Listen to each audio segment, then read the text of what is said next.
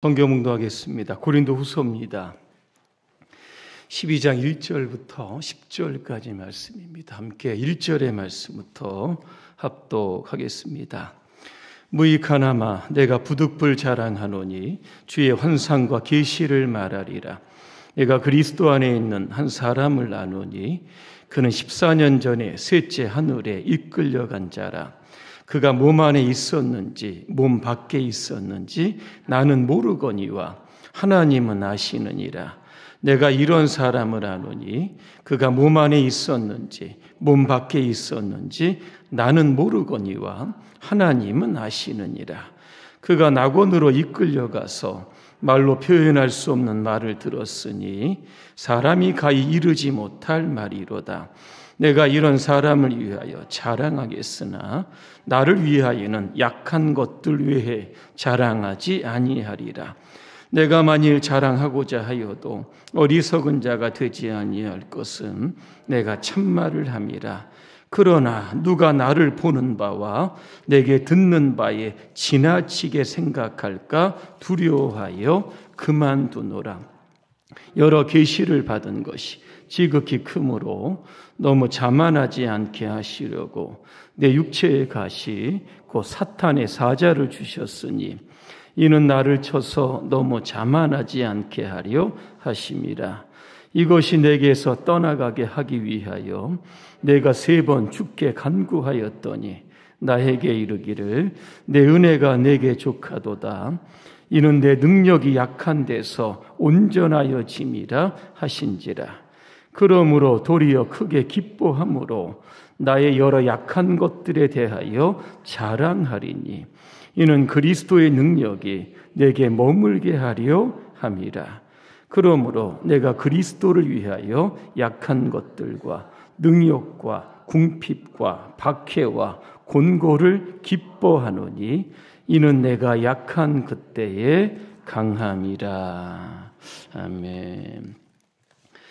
내가 약한 그때라고 하는 주제로 말씀을 드리겠습니다.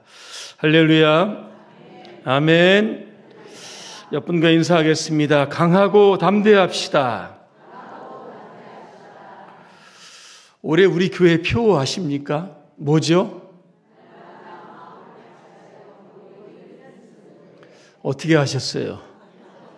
여기 다 보이죠? 예. 지난 토요일에 우리 중동구역에 제 초청받았습니다. 장로님께서 이 구역원들을 다 모아놓고 파티를 했습니다. 그 파티에는 오겹살도 있고요. 소고기 파티에서 식구들 잘 먹였습니다. 저도 덩달아 아주 잘 먹었습니다. 그때 함께 또 예배도 함께 드리면서 오늘 수요일에 곡을 준비하고 어떤 연주를 할까 고민하고 이야기하는 그런 시간을 들었습니다. 오늘 이렇게 보니까 중동구역에 오니까 교회 빈자리가 꽉 찼습니다. 한번 주위를 둘러보시기 바랍니다. 자, 구역원들만 열심히 참여해도 그죠? 예배에 또 좀 활력이 생기고 하나님께 큰 영광이 될 줄로 믿습니다. 질문하겠습니다. 이 사람이 누군지 한번 알아맞히시기를 바랍니다. 1944년에 경기도에서 출생을 합니다. 13살에 아버지를 여의고 이듬해 축구공에 맞아서 시력을 잃게 됩니다. 같은 해 어머니가 돌아가시게 되고 불우한 청소년기를 보냅니다. 연세대를 졸업하고 1972년에 미국으로 가게 됩니다. 미국에서 교육학으로 공부를 하게 됩니다. 그래서 최초의 시각장애인 박사가 됩니다. 2001년에는 백악관 국가장애위원회 정책차관보로 발탁이 되었습니다. 이분이 누구죠? 예? 누구죠? 아시죠? 강영우 박사입니다. 그분이 쓴 책이 있습니다. 어둠을 비추는 한상의 촛불이라고 하는 책에 보니까 이런 글이 나옵니다. 나의 실명은 장애가 아니라 하나님의 도구입니다. 장애인과 비장애인 간의 교량 역할을 하는 도구입니다. 또한 장애인 재활을 통한 국제 이해와 우호 증진의 도구가 되기도 합니다. 하나님께서 나에게 주신 사명의 도구로 인해서 나의 실명에 감사하며 이를 적극적으로 활용하다가 주님이 부르시는 날 기쁘게 갈 겁니다. 그렇게 이야기를 합니다. 앞이 보이지 않는다는 것, 여러분 절망인데 오히려 강영우 박사는 이것이 하나님의 도구로서 하나님의 영광을 드러내는 하나의 수단으로서 나는 기뻐한다. 그런 이야기를 합니다. 이분에게 있어서의 약함은 이 실명인데 그 실명이 하나님께 영광의 도구가 된다고 했습니다. 오늘 바울에 보니까 7절에 육체에 가시가 있다 그랬습니다. 바울도 장애가 있었던 사람입니다. 얼마나 그를 힘들게 했든지 하나님께 3번 엎드려 기도합니다. 이 장애, 이 육체의 가시를 좀 제거해 주십시오 그랬더니 하나님이 그에게 이런 응답을 하십니다. 9절을 제가 3번역으로 읽어드립니다. 내 은혜가 내게 족하다. 내 능력은 약한 데서 완전해진다. 이런 이야기를 합니다. 바울은 자랑거리가 많은 사람입니다. 원래 유대교에서 기독교로 이렇게 개종을 했던 사람인데 얼마나 많은 자랑거리를 가지고 있냐면 빌립보 3장 5절부터 6절까지 이렇게 보니까 할례를 받았다. 나는 베냐민 지파다. 히브리인 중에 히브리인이다. 율법으로는 바리새인이고 율법의 의로는 흠이 없는 자다. 스스로 이렇게 소개를 합니다. 사도행전 22장 3절에 보니까 당시에 유명한 랍비였던 가말리엘이라고 하는 이 선생의 제자가 되어서 엄격한 율법을 받았던 사람이다 그랬습니다. 이뿐만이 아니고 바울은 로마의 시민권자였습니다. 태어나면서부터 시민권자였던 겁니다. 바울은 여러 가지 학문적으로도 그렇고 여러 가지 배경적으로도 그렇고 자랑할 것이 너무 많은 사람인데 자랑하지 않겠다 그랬습니다. 오히려 자신의 자랑거리를 해로 여기고 배설물로 여겼다 그랬습니다. 왜 그랬을까 그렇게 보니까 성경 빌립보 3장 7절과 8절에 나옵니다. 예수 그리스도가 자신의 인생에서 가장 소중한 분이시고 주님을 알아가는 것이 가장 고귀하기 때문에 내가 그것 때문에 나의 모든 자랑거리 세상의 스펙들을 다 오물로 버렸다. 바울은 그렇게 소개합니다. 그리고 오늘 2절에 보니까 바울이 한 사람을 소개하겠다 그랬습니다. 그러면서 그 사람은 14년 전에 셋째 하늘에 올라갔다 그랬습니다. 셋째 하늘이 어디입니까? 오늘 성경에 보니까 낙원 그렇게 표현되어 있습니다. 낙원의 광경을 이렇게 봤는데 말로 표현할 수도 없고 사람이 말해서도 안 되는 그런 놀라운 신비적인 광경을 여러분 목격했던 겁니다.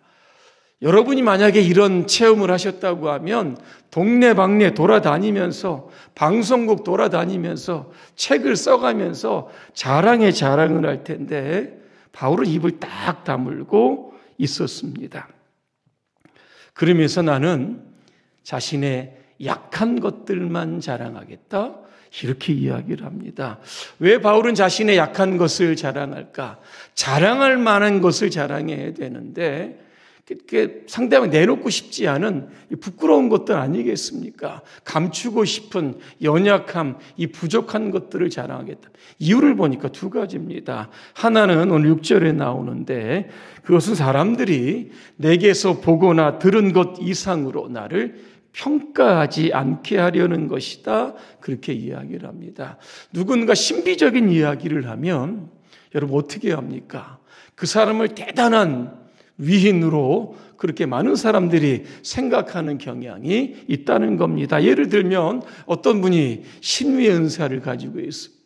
안수하여 누군가를 낫게 했다라고 하면 많은 사람들은 그를 통해서 고치시는 하나님께 영광을 드려야 되는 겁니다. 그런데 그 하나님을 자랑하는 것이 아니라 신유의 은사자들을 자랑하는 겁니다. 바울이 이것 때문에 오늘 두려웠다는 겁니다. 내가 본 것 때문에 다른 사람들이 나를 엄청난 사람으로 그렇게 생각할까 봐 그 두려운 마음 때문에 자신은 자랑하지 않겠다, 그렇게 이야기합니다. 여러분에게도 아마 자랑거리가 대단히 많을 겁니다. 좋은 아내와 남편을 자랑할 수도 있고, 성공한 자녀들을 자랑할 수 있고, 학벌이나 재산들을 아마 자랑할 것이 있을 겁니다. 그럼에도 불구하고 우리는 그런 것들을 자랑하는 것이 아니라 자랑거리를 주신 하나님을 자랑해야 하는 겁니다. 내가 기도를 열심히 하고 봉사하고 전도하는 거, 이거 얼마나 큰 자랑거리입니까? 하지만 그렇게 열심히 봉사하고 기도하고 전도하는 나를 세상으로 드러낼 것이 아니라 그렇게 하게 하신, 여건을 주신 그러한 하나님을 자랑할 수 있어야 하는 겁니다. 그래서 예레미야 9장 23절과 24절에 보면 이런 말씀이 있습니다. 지혜 있는 사람 자기 지혜 자랑하지 말라. 용사는 자기의 힘을 자랑하지 말고 부자는 자기의 재산을 자랑하지 말아라. 그 다음에 보니까 이런 말씀이 있습니다. 오직 자랑하고 싶은 사람은 이것을 자랑하라. 나를 아는 것과 나 주가 긍휼과 공평과 정의를 세상에 실현하는 하나님인 것과 내가 이런 일 하기를 좋아하는 것을 깨달아 알만한 지혜를 가지게 되었음을 자랑해라, 이렇게 말씀하고 있는 겁니다. 바울이 뭐라고 이야기합니까? 고린도전서 1장 31절입니다. 누구든지 자랑하려거든 주님을 자랑하라, 그렇게 말씀합니다.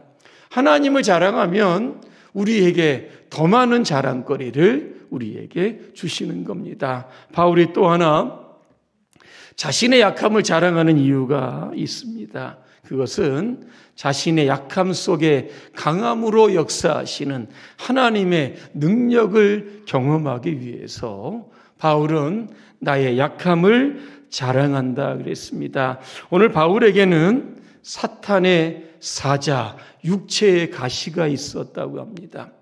왜 육체의 가시를 사탄의 사자라고 이야기했을까? 복음을 전하는데 마치 사탄이 방해하는 것처럼 그 질병이 자기를 힘들어했기 때문에 그렇게 이야기를 한 겁니다. 그럼에도 불구하고 그 고통스러운 육체의 가시가 있었지만 내가 그것 때문에 더욱더 하나님의 능력이 나에게 임하게 되었다라고 하는 겁니다. 그러고 보면 하나님은 어떤 사람이 쓰실까 이런 생각을 해보았습니다. 아주 센 사람, 이런 사람 쓰기 힘듭니다. 자기 주장이 굉장히 강한 사람, 이런 분들도 쓰기가 힘듭니다. 자신의 나약함, 부족함을 깨닫고 하나님 앞에 엎드리는 사람, 이런 분들이 바로 하나님 앞에 쓰임받을 수 있게 됩니다. 육체의 가시는 무엇일까? 성경학자들은 여러 가지를 이야기를 하지만 주로 바울은 안질에 대한 이 질병이 있었다, 그렇게 이야기하고 있습니다. 복음을 전하는데 여러분 잘 보이지 않을 겁니다. 그죠? 그래서 많이 힘들고 어렵지만 그 보이지 않는 것 때문에 더욱더 자신의 영적인 눈이 더 밝혀질 수 있었고 늘 주님의 손을 붙들고 귀한 사역의 현장으로 나갈 수 있게 되었다, 그렇게 말씀하고 있는 겁니다. 오늘 하나님은 저와 여러분들에게 질병을 주실 때도 있고 때는 우리의 것을 또 거두어 가실 때도 있고 때 아닌 어려움을 주실 때도 있다라고 하는 겁니다. 여러분 그때가 바로 하나님의 능력이 임하는 때인 줄로 믿습니다. 여러분 모세 아시죠? 모세가 왕궁에서 40년을 살게 됩니다. 왜 하나님은 모세의 40대 왕자로서의 그 한 나라를 이끌어갈 수 있는 리더십을 가지고 있는 그때에 출애굽의 사명을 주시지 않고 나이가 80이 된 노인을 사용하셨을까라고 하는 겁니다. 이유는 하나입니다. 40대 모세는 너무나 세기 때문에 그럽니다. 하나님이 뭘 말씀하셔도 모세가 받아들이지 않는 겁니다. 왜? 자기 생각으로 가득 차 있으니까. 그런데 40년 미디안 광야에서 양떼를 치게 됩니다. 그러면서 그는 느끼게 됩니다. 야, 나는 아무것도 아니구나. 그때 호렙산에서 가시떨기 나무 가운데 하나님께서 그에게 임하시게 되는 겁니다. 오늘도 저와 여러분의 삶에 내가 하려고 하면 하나님 너 혼자 해봐라 아마 그렇게 놔두실 겁니다. 근데 저는 못합니다. 부족합니다. 연약합니다. 하나님이 꼭 필요합니다. 그래서 약한 때에 강함 되시는 우리 주님을 우리가 요청하게 되면 우리는 이 땅에서 강하고 담대한 삶을 살아가게 될 줄로 믿습니다. 오늘 이 한 주간 오늘도 저와 여러분 삶 속에 전능하신 하나님, 능력의 주님이 함께 하시기를 주님의 이름으로 축원합니다. 기도하겠습니다. 은혜로우신 하나님, 우리는 많이 약합니다. 그러나 주님은 강하십니다. 매 순간 우리의 삶에 개입해 주시옵소서. 약하고 무능한 우리들을 통해서 하나님의 능력 있고 위대한 일들을 감당케 하옵소서. 예수님의 이름으로 기도합니다. 아멘.